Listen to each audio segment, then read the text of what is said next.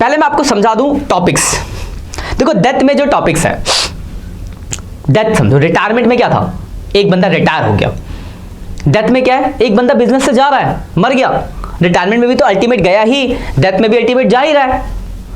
Difference ये है कि रिटायरमेंट में जिंदा कर गया है और डेथ में मर के कर गया है, मतलब घर ही नहीं गया ना, मर गया भाई मतलब बस इतना ही तो चेंज है। तो अल्टीमेट अगर अकाउंटिंग पॉइंट ऑफ व्यू से सोचे तो दोनों में ही तो बंदा बिजनेस से आउट हुआ, तो कैलकुलेशन भी बहुत कुछ सिमिलर है, मतलब 90% आपको डेथ में रिटायरमेंट जैसा ही मिलेगा।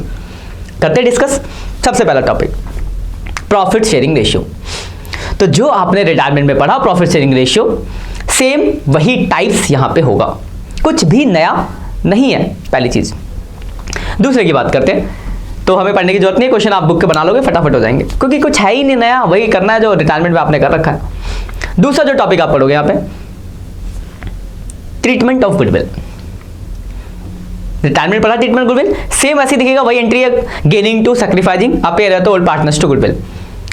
रिटायरमेंट के लेक्चर फर्स्ट में ही मैंने कवर अप किया है, तो अगर आपने नहीं देखा तो पीछे जाके देख लो, डेथ में वही मिलेगा। क्वेश्चन में एक डिस्कस करा दूंगा यहाँ पे भी आपको। सीक्वेंस में सीरीज चल, तो सीक्वेंस में चीजों को पीछे से देखते हो आओगे तो कुछ लिंक, क्योंकि एडमिशन रिटायरमेंट डेथ लिंक होते हैं ना आपस में, तो रिटायरमेंट से लिंक है डेथ। दूसरा टॉपिक हो गया। तीसरा एक revolution of assets and liability, revolution account banana, same है, आएगा भी नहीं क्वेश्चन रिवोल्यूशन अकाउंट बनाने का कभी गलती से, इसमें रिटायरमेंट में आ गया, यहाँ नहीं पूछेगा आपसे, बार बार थोड़ी ना पूछेगा एक ही चीज, आपसे कुछ नया पूछने वाला ना, यहाँ पे ये सीखना है कि आप नई चीज सीख क्या रहे हो, तो नहीं पूछेगा। चौथा रिजर्व प्रॉफिट बांट देंगे, रिटायरमेंट जैसा ही है, तो वो भी पूछने का बहुत चांस है, पूछ भी दिया तो रिटायरमेंट में जो करा था ओल्ड रेशियो में बांटना, यहाँ भी वैसे ही बांट दिया जाएगा। तो एक ही नया टॉपिक है, उसकी हम बात करते हैं यहाँ पे, तो वो है आपका profit up to date of death. Profit up to date of death.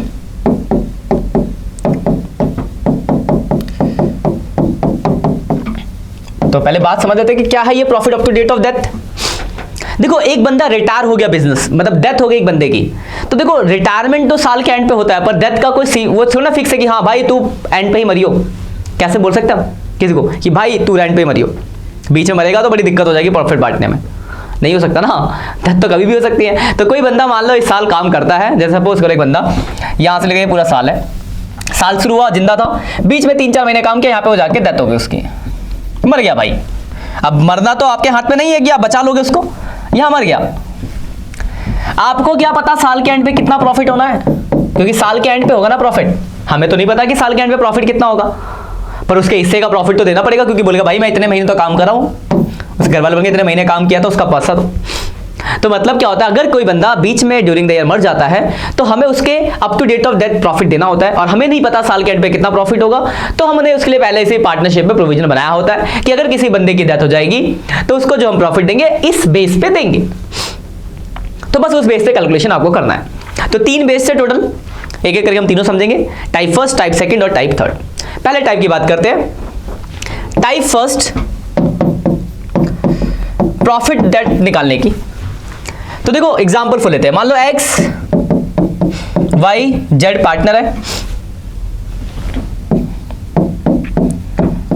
3:1 का रेशियो था, जेड की हो गई भाई डेथ। कब हुई डेथ, तो उसकी डेथ हो गई मान लो